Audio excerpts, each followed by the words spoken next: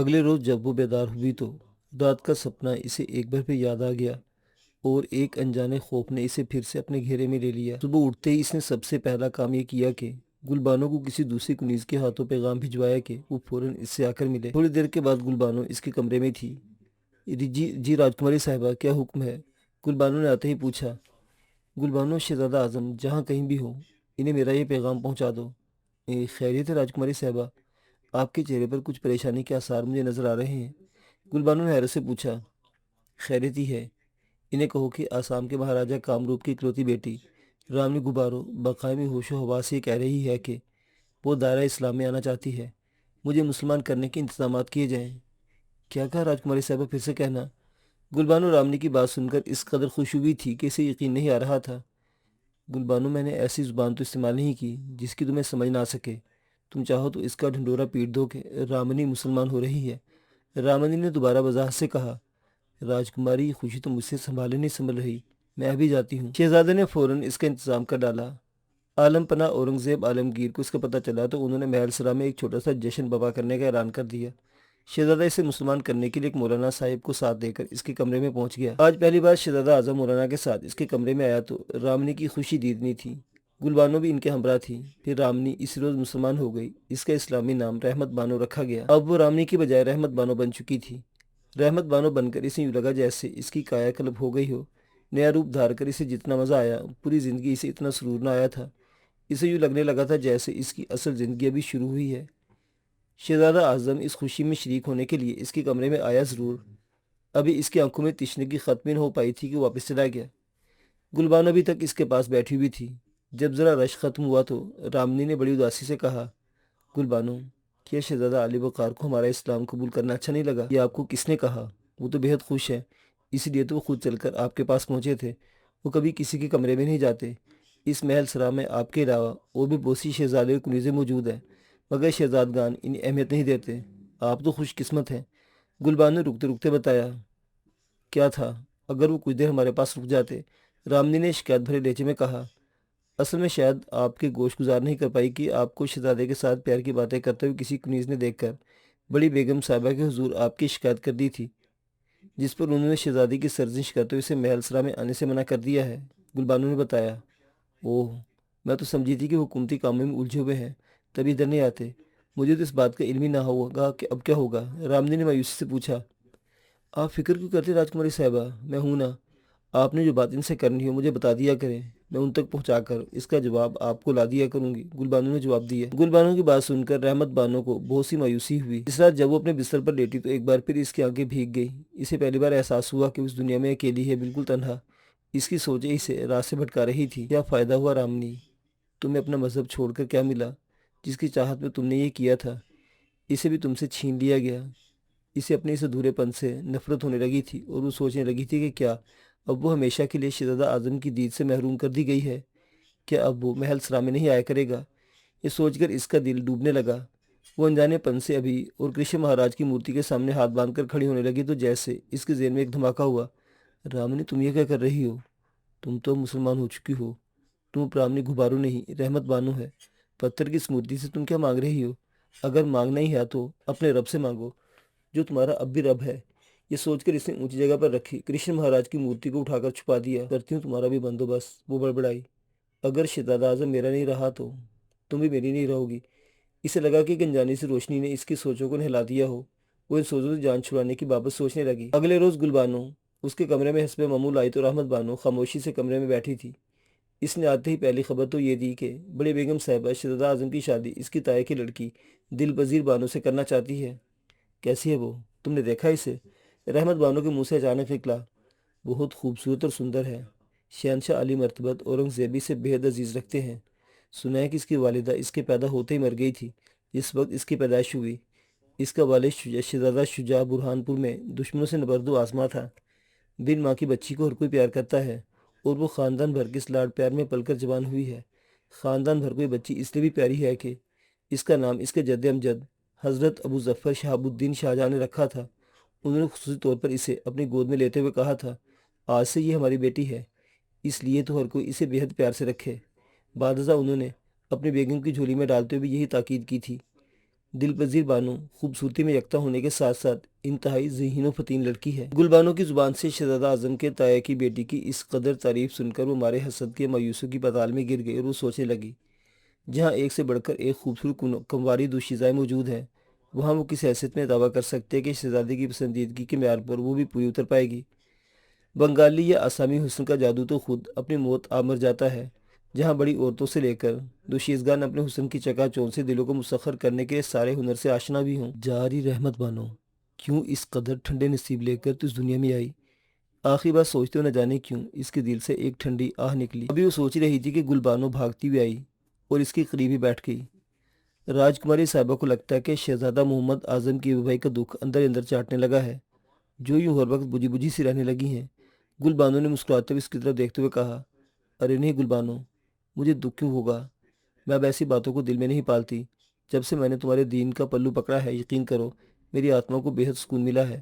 جب ذرا پریشانی ہوتی ہے تو میں قرآن پاک کی تلاوت کرنے لگتی ہوں اور مجھے اس سے بڑھ کر سکون مل جاتا ہے۔ رحمت بانو نے سنجیدگی سے جواب دیا، نہیں راجکماری صاحبہ، دکھ اور خوشی کو چھپانے والی چیز نہیں ہوتی، کوئی نے لاکھ چھپائے مگر اس کے تاثرات چہرے سے عیاں ہوتے ہیں۔ محبت میں ایسا ہوتا ہے، مگر آپ گھبرائیں نہ، آپ کی محبت سچی ہے، آپ کی چاہت میں خلوص ہے تو میرا رب آپ کی مدد ضرور کرے گا۔ تم ٹھیک کہتے ہو گلبانو، جب ایک آدمی اپنی تمام چاہتیں اور ساری محبتیں ایک شخص پر قربان کر دے اور اس کی طرف سے بے وفائی کی ہلکی سی جھلک بھی دیکھنے کو ملے تو دل ٹوٹ جاتا ہے اور اب وہ آپ مرنے کو جی چاہتا ہے۔ اب پتہ نہیں شہزادہ عالم کے من میں کیا ہوگا، مگر میرا تو دل پارا پارا ہو گیا ہے۔ کبھی کبھی مجھے اپنے ہونے پر بھی افسوس ہوتا ہے۔ ابھی کچھ روز پہلے تو شہزادہ عالم محل میں تشریف لائے تھے کہ اس کی خبر آپ کو نہیں ہوئی تھی؟ یہ ایک اور چرکا تھا رحمت بانو کے لیے، تو کیا اب نوبت یہاں تک آ پہنچی ہے کہ ان کے محل میں آنے جانے کی بھی خبر نہیں ہوتی؟ رحمت بانو نے سوچا اور پھر اس کے منہ سے نکلا، کون ہمدرد ہے یہاں میرا؟ کون مجھے بتائے گا؟ ایک تمہارا آسرا ہے، مگر تم بھی اب گاہے بگاہے آنے لگی ہو۔ کھانا کبھی کسی کے ہاتھ اور کبھی کسی کے ہاتھ مجھ تک پہنچ تو جاتا ہے، اور کسی قسم کی تکلیف بھی مجھے نہیں، مگر دل کا دکھ میں کس سے کہوں؟ یہ کہتے ہوئے رحمت بانو کی آنکھیں بھیگ گئیں، قریب تھا کہ وہ چھلک پڑتی۔ گلبانو نے فوراً بھیگی آنکھوں کا پانی اپنی انگلیوں کی پوروں سے چن لیا۔ راجکماری صاحبہ، اب آپ جس مذہب میں داخل ہو چکی ہیں وہاں مایوسی گناہ ہے، آپ بھی میرے رب پر بھروسہ رکھیے، وہ یقیناً بہتر کرے گا۔ گلبانو نے اس کی آس بندھائی، مگر جیسے جیسے دن گزرتے جا رہے تھے، نہ چاہتے ہوئے رحمت بانو کے من میں وسوسوں کے جالے گہرے ہوتے جا رہے تھے، اس کی پریشانی بڑھتی جا رہی تھی۔ ایسے میں ایک موہوم سی امید تھی تو وہ شہزادہ محمد اعظم کے وہ محبت بھرے الفاظ اور پیار سے لبریز الفاظ تھے جو اس کی آس اور امید کو سہارا دیے ہوئے تھے۔ 1667 کا زمانہ آ گیا تھا۔ رحمت بانو کو اس محل میں آئے پورے 5 سال ہو چکے تھے۔ ان گزرے 5 سالوں کا ایک ایک لمحہ اس کی آنکھوں کے سامنے تھا، ایک ایک بات یاد تھی اسے۔ ان ساتوں کی بیتی باتیں اسے دن بدن مایوسی کی پاتال میں کھینچے لے جا رہی تھی۔ اسے وقت بھی یاد آتا جب پہلے پہل اس کے کانوں میں کنیز اور باندیوں کی وہ چونچلے اور وہ باتیں پڑتی تھیں جو وہ شہزادگان کے ساتھ کرتی تھی، اور انہی باتوں کو سن سن کر، ان کی حرکتوں کو دیکھ دیکھ کر اس کے من میں بھی شہزادے سے ملاقات کا اشتیاق پیدا ہوا تھا۔ اور پھر ایک وقت وہ بھی تھا جب وہ گلبانو سے منتیں کر کے ان باتوں کو سنا کرتی تھی اور اس کے ترلے کرتی تھی کہ وہ شہزادے کے آگے اس کے دل کا حال رکھ کر اس کی آمادگی پر اسے مجبور کر دے۔ پھر ایک دن ایسا بھی آیا جب وہ خود شہزادے کے آمنے سامنے ہو کر اپنے دل کا حال اس پر آشکار کرنے لگی تھی۔ اس کے ساتھ محبت بھری باتیں، چاہتوں کی گھاتیں، یہ سارے مناظر اس کی آنکھوں نے پتہ نہیں کیسے سنبھال رکھے تھے۔ اسے تو وہ دن بھی یاد تھا جب شہزادے کی ایما پر اس نے اپنا دین چھوڑنے کا فیصلہ کیا اور جس پر اس کے والدین، اس کی سہیلی سکھیں اب بھی قائم و دائم تھی۔ یہ محض شہزادے کے حصول میں کیا تھا اس نے، اور اب یہ وقت آ گیا تھا کہ وہ شہزادے کی قربت حاصل کرنا چاہتی تھی، مگر شہزادے کو اس کی دسترس سے دور کر دیا گیا۔ کہیں پہلے کی طرح اس کا وہ خواب بھی پورا نہیں ہو رہا تھا جس میں اس نے دیکھا تھا کہ شہنشاہ عالم شہزادے کو کھینچ کر اس سے دور لے جا رہے ہیں، اور وہ بے بسی کے عالم میں رو رہی ہے، تڑپ رہی ہے، التجائیں کر رہی ہے کہ شہزادے کو اس سے دور نہ کیا جائے ورنہ وہ مر جائے گی۔ مگر ہوتا وہی ہے جب وہ دیکھ رہی ہے شہزادہ اب اس کی دسترس سے دور ہو چکا تھا۔ سوچتے سوچتے وہ بے دم سی ہو کر رہ جاتی۔ دل پذیر واقعی اس سے زیادہ خوبصورت ہے، اور یہ زمانے کے اصول ہے کہ جو چیز جتنی طاقتور ہوگی، زمانے کی چاہتوں کے علاوہ ہر چیز اسی کے پلڑے میں یا تو ڈال دی جاتی ہے یا خود بخود اس میں گر جاتی ہے۔ بلا شبہ وہ چندے آفتاب اور چندے مہتاب ہوگی۔ تبھی تو شہزادہ اعظم کی تمام چاہتیں اس پر نچھاور ہونے لگی ہیں، اور وہ اس سانولی سلونی رنگت کی طرف اب کیوں کر نظریں کرے گا؟ حسن و جوانی کسی کو بھی کسی وقت پہ راستے سے بھٹکا سکتی ہے۔ اس کی سوچوں کا وہ گرداب تھا جس میں وہ پھنسی پانی کی تہوں میں ڈوبتی جا رہی تھی۔ جب سے گلبانو نے اسے بتایا تھا کہ شہزادہ محمد اعظم کئی بار محل میں آیا ہے اور اسے کنی کترا کر واپس چلا گیا ہے، اس رویے نے رحمت بانو کو اور بھی مایوس کر دیا تھا۔ کئی بار تو جھنجھلا کر تہیہ کر لیتی تھی کہ اسے اب بھی شہزادے کا سا رویہ اختیار کر لینا ہوگا، مگر اسے اپنے دل پر اختیار رہا ہی کب تھا۔ اس کا دل بھی اس کی گریپ سے نکل کر منمانی کرنے لگا تھا۔ اس روز وہ حسب عادت قرآن کی تلاوت میں مشغول تھی جب اس کے کانوں میں پہلے کی طرح آوازیں پڑنے لگی۔ جو لگتا تھا جیسے شہزادگان میں سے کوئی شہزادہ محل سرا میں آنے والا ہو۔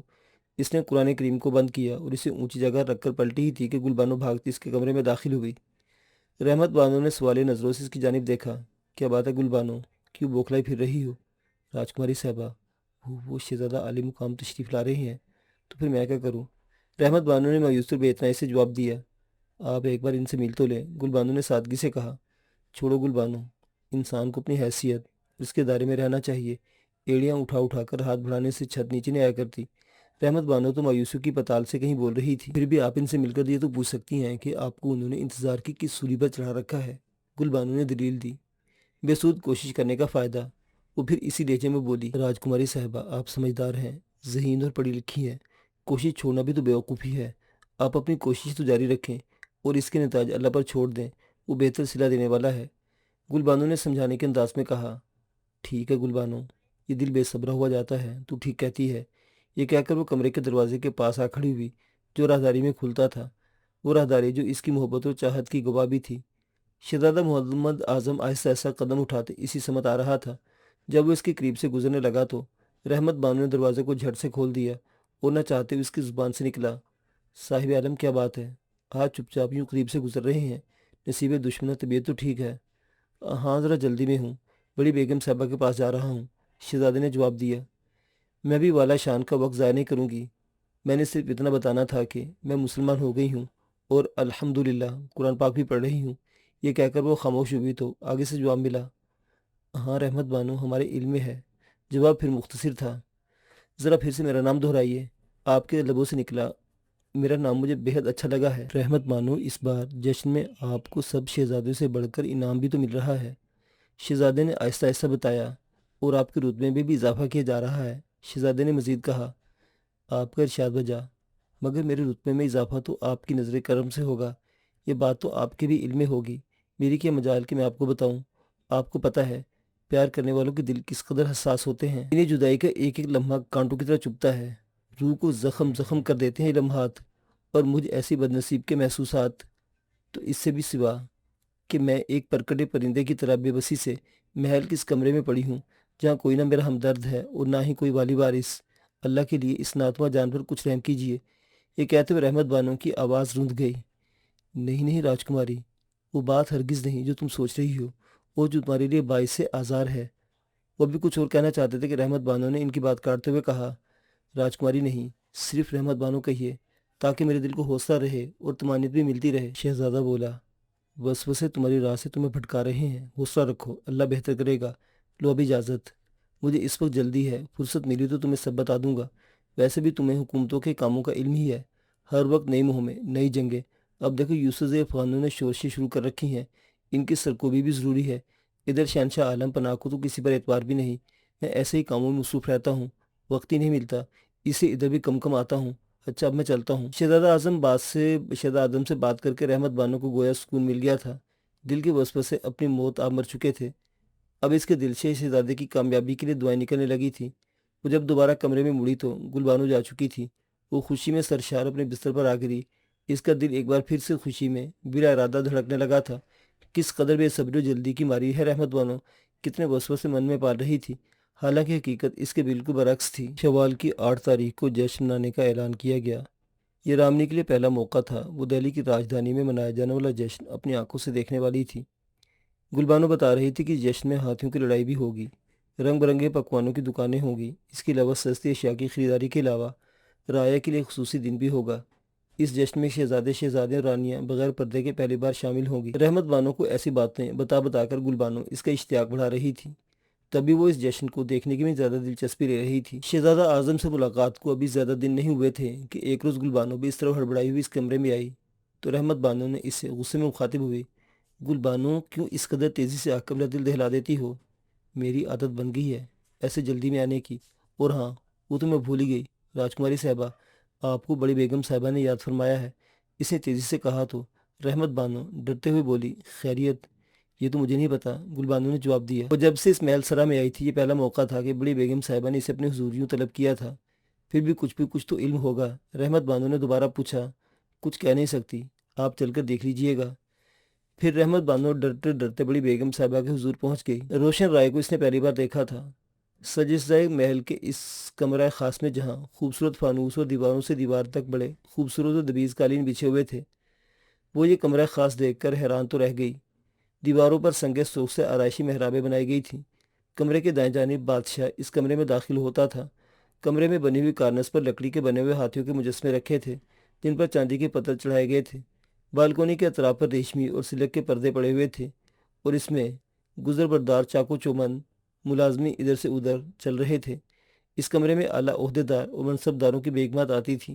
کمرے کے عین وسط میں بڑی بیگم صاحبہ کا ایک عالیشان کرسی پر براجمان تھی۔ بڑی بڑی موٹی آنکھیں، ملے جلے سیاہ اور سفید بال جن میں سفیدی زیادہ نمایاں ہو رہی تھی۔ وہ اپنی عمر کے اس حصے میں تھی، بڑی باروب اور مدبر شخص نظر آ رہی تھی۔ گل بانو، رحمت بانو لے کر ان کے حضور میں پیش ہوئی تو اس نے درباری انداز میں سر جھکا کر ہاتھ کو ماتھے کی طرف لے جاتے ہوئے سلام کیا۔ رحمت بانو نے بھی اسی انداز میں سلام کیا۔ سلام کے بعد گل بانو پچھلے پاؤں واپس چلی گئی۔ اب اس کمرہ خاص میں رحمت بانو اور بڑی بیگم صاحبہ رہ گئی تھی۔ کچھ دیر بعد بڑی بیگم صاحبہ نے پاٹدار آواز میں پوچھا، لڑکی کہاں سے ہو؟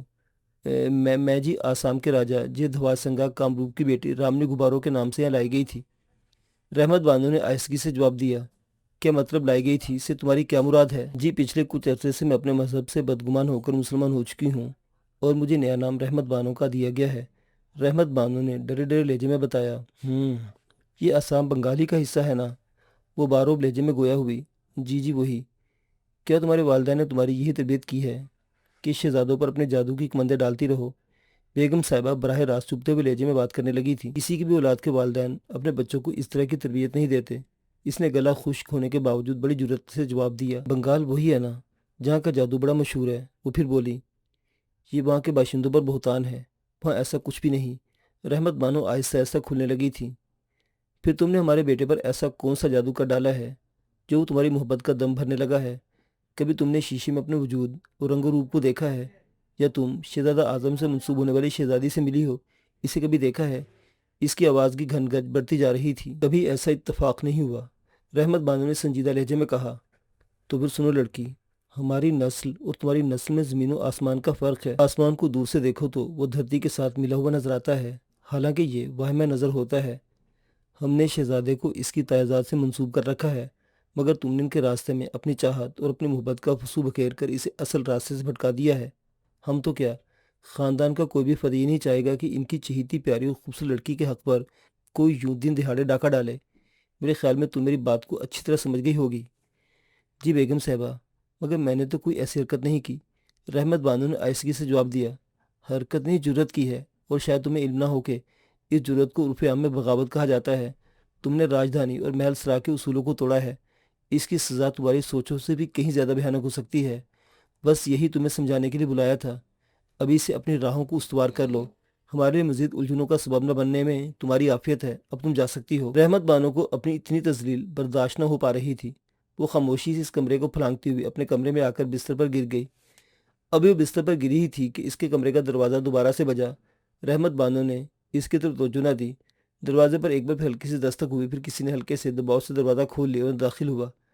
یہ بتام کی راجکماری تھی، جس کے ساتھ ہی گل بانو بھی اندر آ گئی تھی۔ رحمت بانو کی آنکھوں سے بہتے آنسوں کو دیکھ کر دونوں یک بارگی بولی، خیریت تو ہے راجکماری صاحبہ؟ کیا کوئی سانحہ ہوا ہے جو یوں آنکھیں چھلک اٹھی ہیں؟